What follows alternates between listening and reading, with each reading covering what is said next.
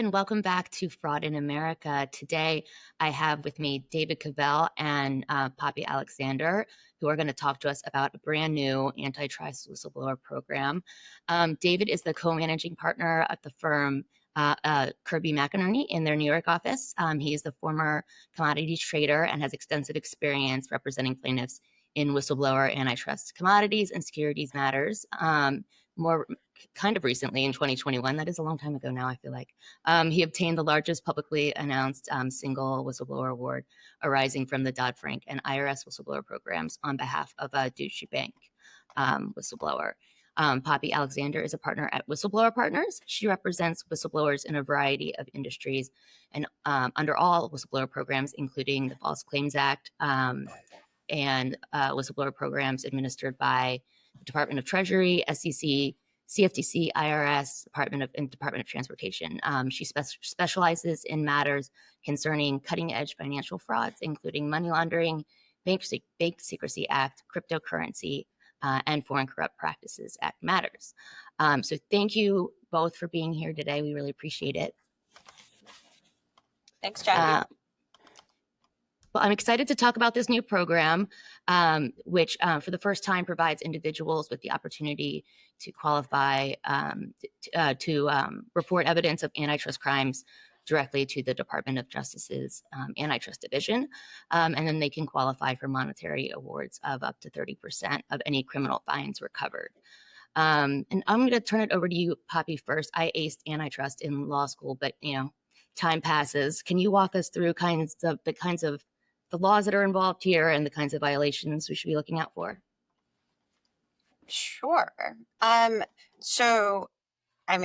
Speaking as someone who never took antitrust law, this is all new for me, and I think new for many of us. But the interesting thing about antitrust law is how intuitive it is. The new program covers violations under the Sherman Act. And the Sherman Act is actually quite short and very easy to review. The Sherman Act, Section 1, prohibits violations of trade where there are two or more companies that are getting together to raise prices.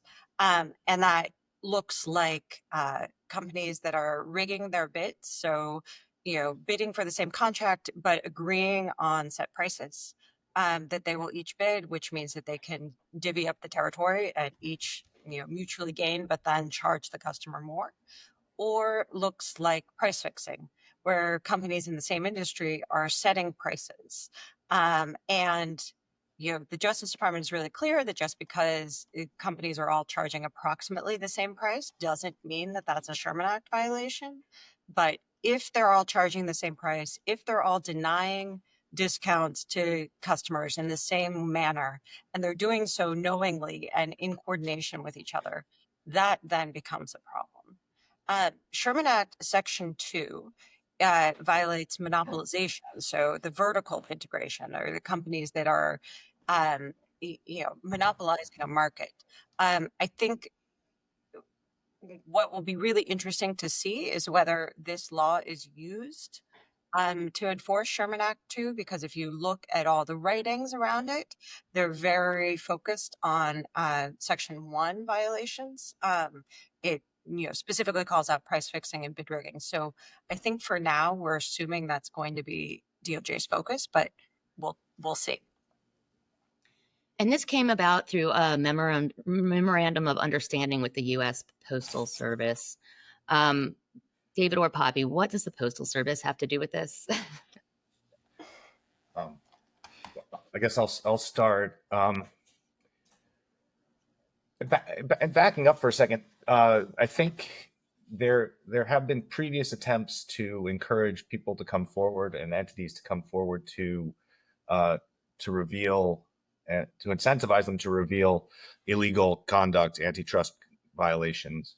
And those have been relatively unsuccessful. There's the Antitrust Criminal Penalty Improvement and Reform Act, ACPERA, and that was considered by the Antitrust Department to be unsuccessful in incentivizing, conspirators to come forward.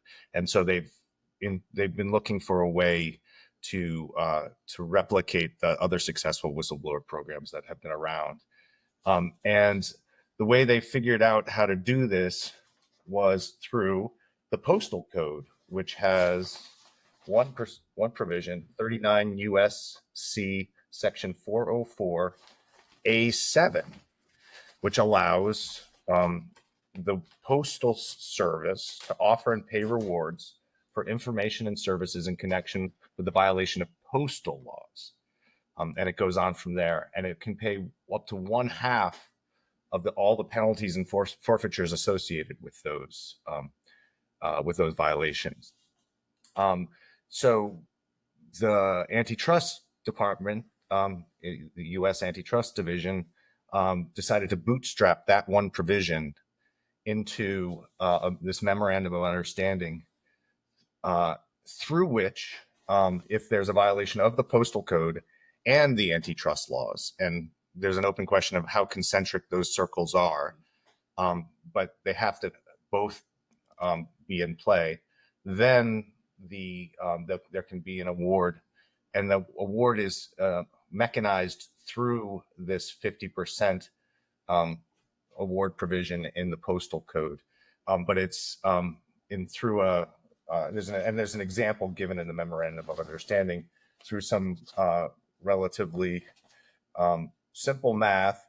They will provide the award through the postal code by giving the postal service 50% or twice as much as the award, and then the award will be given to the whistleblower. Will be half of what the postal service gets.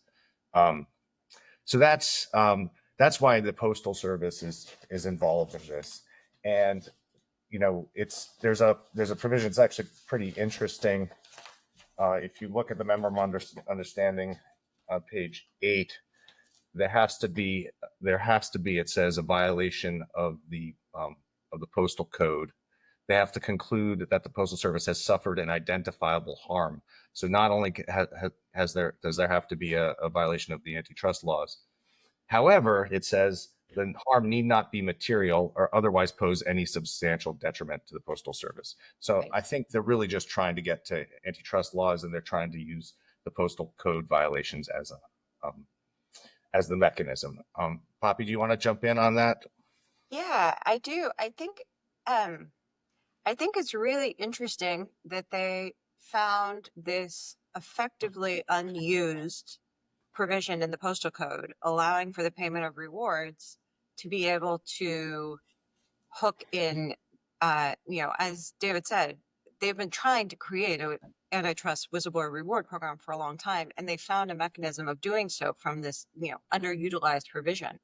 And it's really interesting because we saw DOJ do exactly the same thing last year with the criminal forfeiture program, the CWA program.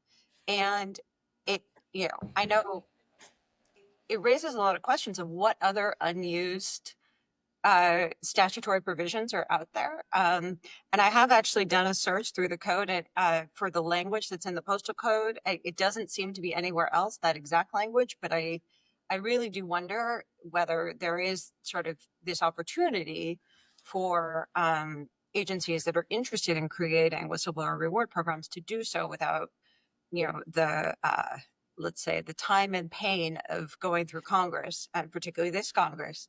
But so it's really great to see, and it really is clearly akin to what happened last year with DOJ's other program, and I think it's a real indication of how successful they're already seeing the CWA program be. That they want to immediately do something very similar here with the antitrust division. Yeah. And so what are the roles of the antitrust division and the postal service in this? David, you talked about it a little bit, but can you talk about that at a high level? So the antitrust division is to support free trade and to prevent the illegal raising of prices that harm consumers and harm other purchasers, including government buyers. we all benefit when companies are not colluding against us to try to raise our prices. And it's not just, it, the ripple effects of antitrust violations are huge. And it's a really important part of our consumer protection infrastructure. And it is not, I think, has not traditionally been seen as part of, sort of more traditional public interest law, etc. But it really is. And whistleblowers obviously have a really key role to play there, because these agreements to collude on prices and such usually take place in, the proverbial dark, smoky rooms where it's really hard to know what's going on unless there's an insider there, unless there's someone there who can tell the Justice Department exactly what the agreement was, who can show them the spreadsheet of divvying up the different bids and different contracts or what have you. Most colluders are probably not quite so stupid as to put things in writing, but I know from prior cases that some are. We need the whistleblowers to come forward to do so, and it benefits all of us. David, I don't know if you have anything to add. No, that's absolutely right. I totally agree with everything you say. The antitrust laws are arguably some of the most important consumer protection laws in the United States, and what makes the markets work really well in the United States. The interesting thing from our whistleblower practice perspective is that certain antitrust violations are already covered by whistleblower statutes, the False Claims Act, as long as the government has been harmed, right, in the bid rigging scenario. And there are a number of examples of that, or other areas as well, through price fixing, what have you, as long as the government's the purchaser. But what this whistleblower memorandum of understanding, which is, by the way, non-binding and totally discretionary, so that's something that's worth noting, unfortunately. But what this does is it expands the whistleblower statutes or whistleblower benefits to antitrust violations that don't affect the government either, and that the government would be interested in. And I think earlier you asked the question, Jackie, about what the interplay between the Postal Service and the Antitrust Division. And the Memorandum of Understanding is rather interesting on that subject, and it's on page 3. First of all, there's something called an eligible criminal violation, which they've defined, and we can go through that at some point. But what's got to happen for this mechanism to work is that the Antitrust Division will receive a whistleblower tip. And if it determines that the information qualifies as a whistleblower report, it will disseminate the information to the Postal Service in a letter to a U.S. Postal Service official, who will then assess whether the allegations reasonably articulate violations of law affecting the Postal Service. And after making this assessment, the U.S. postal official will respond to the Antitrust Division to inform it of the determination. And if it's an affirmative determination, the Antitrust Division will reflect into records that the whistleblower report is potentially eligible for a whistleblower reward, depending on the results of the investigation. It's all very cumbersome. And I'm wondering how it's going to work in practice, because I don't know who, we don't know who exactly is being appointed and to oversee this program at the Antitrust Division or at the Postal Service. Right. This is definitely brand new, and so we'll have to kind of see how it plays out. What are the parameters kind of for submitting a tip? Is there like a threshold amount of money that has to be involved? What are we talking about? Not that they have said so far. There is no set threshold. There are some limitations on who is an eligible whistleblower, which are laid out in the Memorandum of Understanding. They look very similar to anyone who's ever looked at the SEC regulations or any of the other agency regulations. There's a couple of open questions that I think are going to be interesting. For example, the Memorandum of Understanding at one point mentions the word related action in terms of talking about whistleblowers talking to other agencies, but doesn't specify whether whistleblowers will receive an award based on amounts collected in related actions. That could be a pretty significant thing to figure out. there's not there is not a laid out minimum. I think we all sort of assume that, you know, the antitrust cases, generally speaking, are quite large, the ones that Mhm. the agency actually acts on. So I think that's probably why they didn't bother specifying a minimum. They, you know, DOJ is just not going to act on a small matter. The other thing to say is if you actually go to the website and click on the submit a tip form, right now it looks like a comment form at the, you know, bottom of a web page. It's not exactly set up yet for the secure transfer of tips. So I assume that that will be fixed. I assume we will have some sort of better secure method of, you know, transferring documents, for example. There's no means to do that right now. But we will see them figure that out as we go, I think. Yeah, so I guess there's no threshold minimum amount involved, but it does have to result in a criminal fine of at least $1 million, right? So if we get there, then, you know, you mentioned that there's the definitions of eligible whistleblower and things like that in the memorandum of understanding. I'm going to say MOU from now on because that is making me crazy. So if you meet that $1 million minimum, kind of, can you go through the other criteria that whistleblowers have to meet to be able to submit a tip?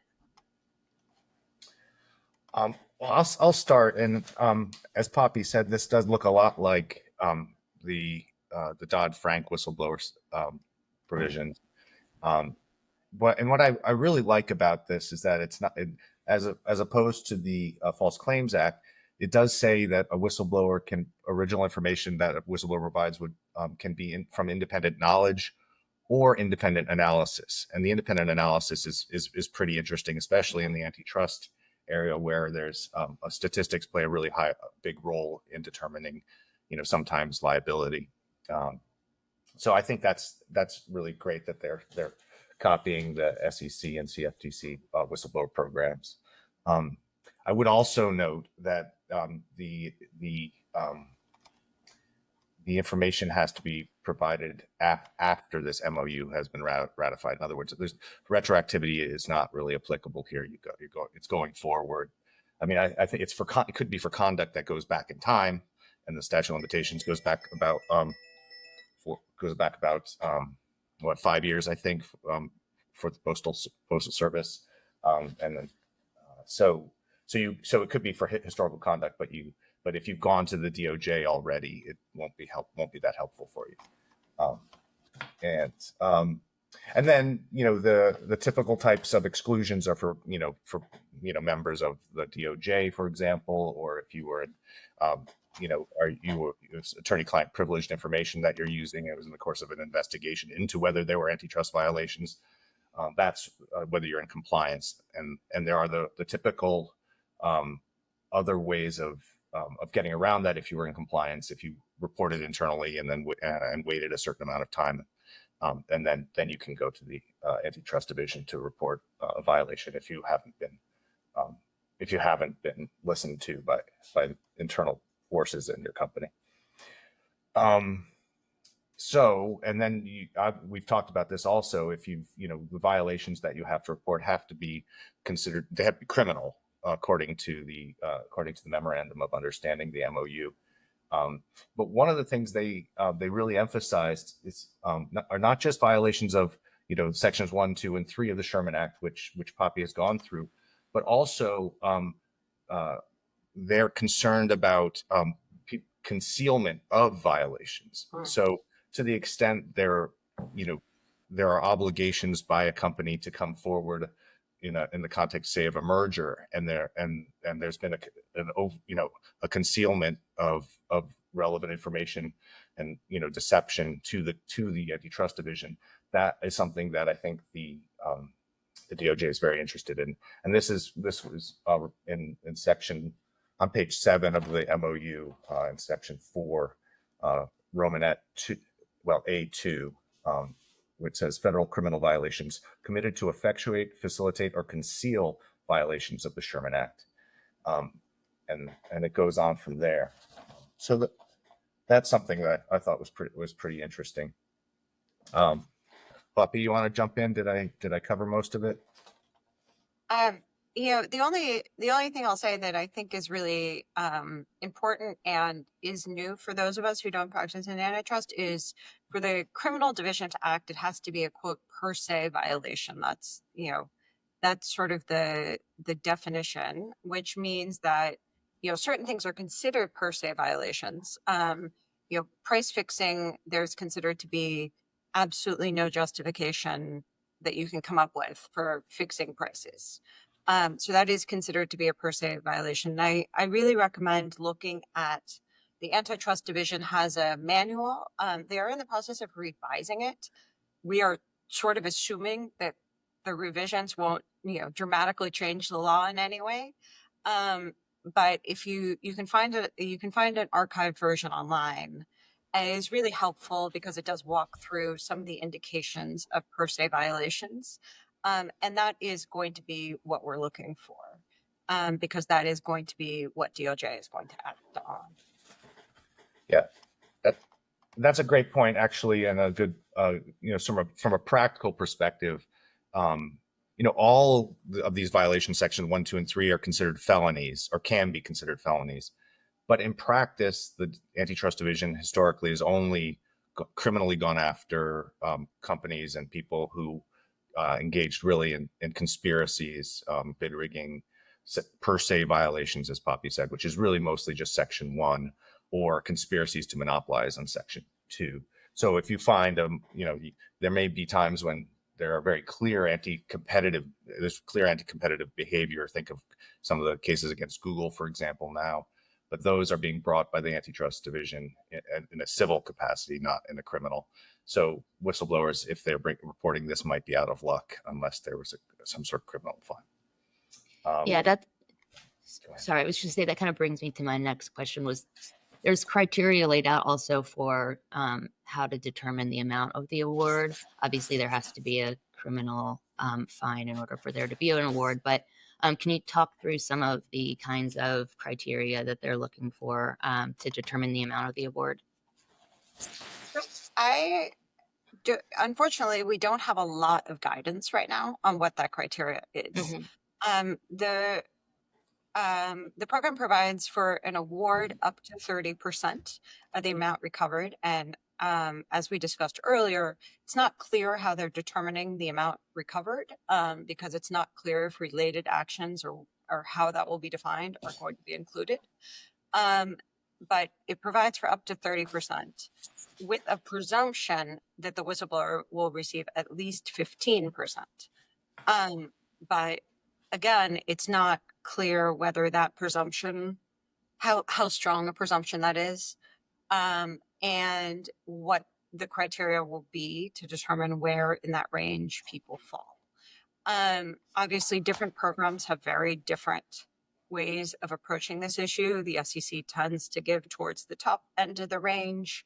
DOJ's whistleblower program provides, effectively a sort of sliding scale depending on how much money is collected. FinCEN, who knows? We haven't gotten there yet. So it's hard. IRS will do everything they can to undercut you. We don't know yet where antitrust is going to fall in this and who's going to make the determination or why.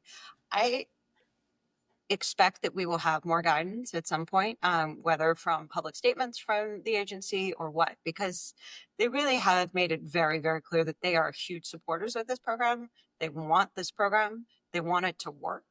They really like whistleblowers, and they are, they recognize the value of whistleblowers. And so I think they are well aware that if they don't meet that 15% presumption and undercut people for no reason, that's going to pretty quickly, kill people's motivation in coming forward.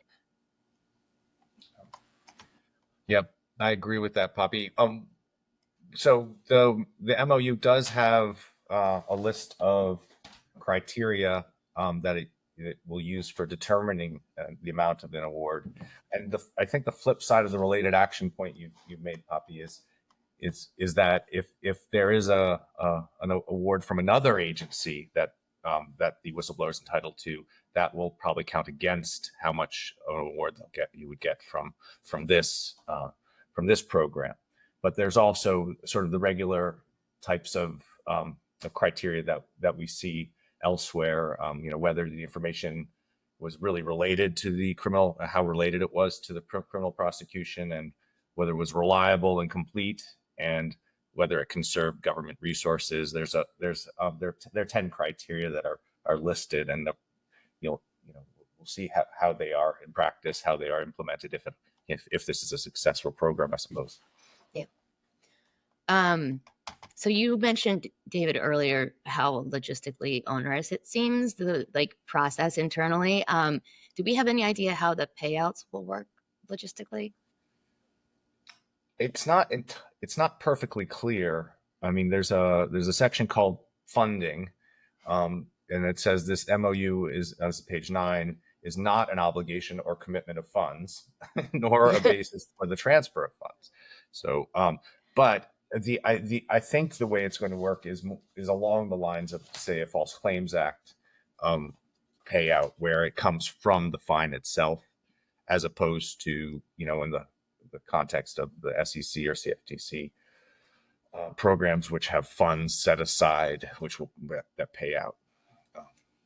And can whistleblowers report anonymously under this program? Yes, they can if they're represented by counsel. And that's something that's very, of great interest. Practically speaking, though, in a criminal prosecution, you're going to have your whistleblower is likely to be revealed by necessity, to the extent that the DOJ is going forward with the criminal prosecution. There are obligations to disclose that. But if it's an interesting question, if the whistleblower is completely anonymous, at what point will they be revealed, if at all, or will it just be revealed that there's an anonymous whistleblower? Right. Anything else to say about the program? I think we covered most of the questions I had throughout the conversation, but anything else? I guess one more thing I wanted to ask, and Poppy, you talked about this a little bit in the beginning, but when you're talking about the kinds of violations, but are there cases you can think of, past antitrust cases, that if a whistleblower would have come forward, they would have qualified for an award under this program? So instances where you could see the violations falling under here, and if the information had come from the whistleblower program, or a whistleblower, it would have qualified for an award under this program. I think it's a really interesting question. And as we're seeing sort of greater and greater concentration in certain industries, I think we all have a lot of suspicion that some of these things are happening without necessarily the knowledge that comes from a whistleblower. And I think DOJ feels similarly. I think it's going to be really interesting to see how many of these cases relate to public purchasers. Obviously we have the False Claims Act, as David said, False Claims Act already covers antitrust violations when it leads to a false claim or a statement for payment. A former case of mine involved a bid rigging scheme of, a bunch of oil companies in Korea who all got together literally in a dark room and, divvied up bids for the U.S. military contracts. And obviously we brought that case based on the False Claims Act, but it really truly was DOJ's criminal antitrust team who investigated that case, who did the work, who led that case from the beginning. We worked really closely with them. They were really wonderful whistleblower advocates, it should be said. If we were bringing that case now, would we bring it under both programs? Probably. Would that have changed what our client recovered? Potentially, since our client actually did not receive a part of the award because he did not share in the criminal proceeds that were collected, which were actually the vast majority of the money collected. So, that might have changed how the whole case played out, which would have been really interesting. And that was the case that led to DOJ creating the collusion procurement task force, which covers, defense contracting, antitrust violations.